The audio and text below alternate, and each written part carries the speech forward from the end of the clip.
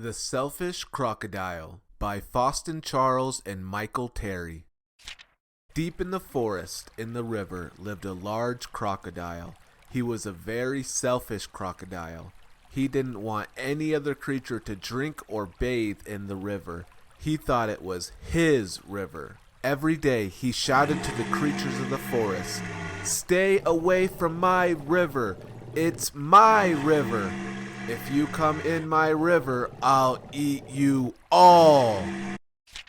So there were no fish, no tadpoles, no frogs, no crabs, no crawfish in the river.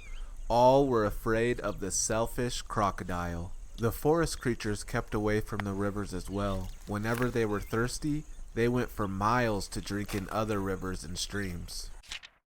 Every day the crocodile lay on his great big back in the sun, picking his big, sharp teeth with a stick. But early one morning, the forest was awakened by a loud groaning sound. Something was in terrible pain. The creatures thought it was an animal caught by the crocodile, but as the sun came out brightly, they saw that it was the crocodile who was in pain.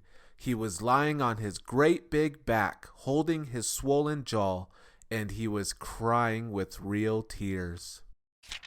The creatures drew closer, but not too close.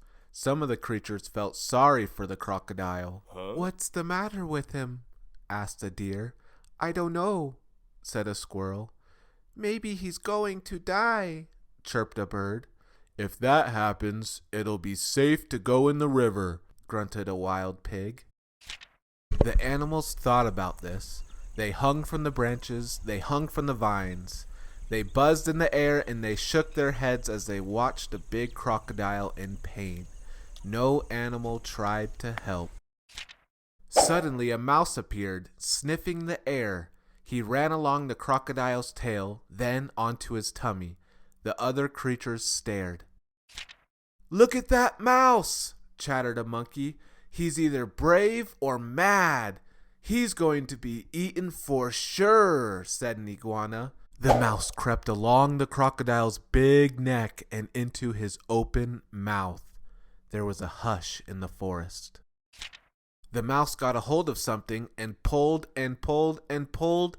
Then he put it on his shoulder and walked out of the crocodile's mouth. There was a loud cheer from the astonished creatures. The crocodile sat up and said, "I don't feel pain anymore. It's all gone."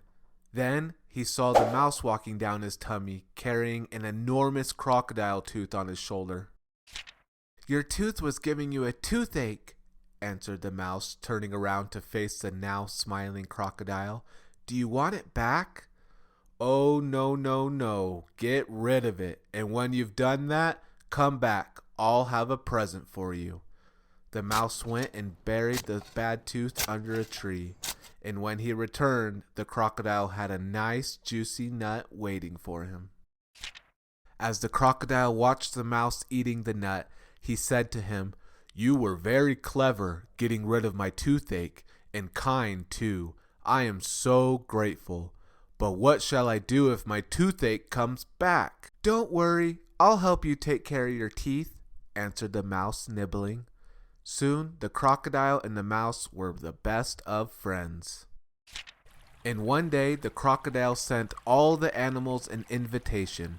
"Please come and drink and bathe in the river. I won't hurt you.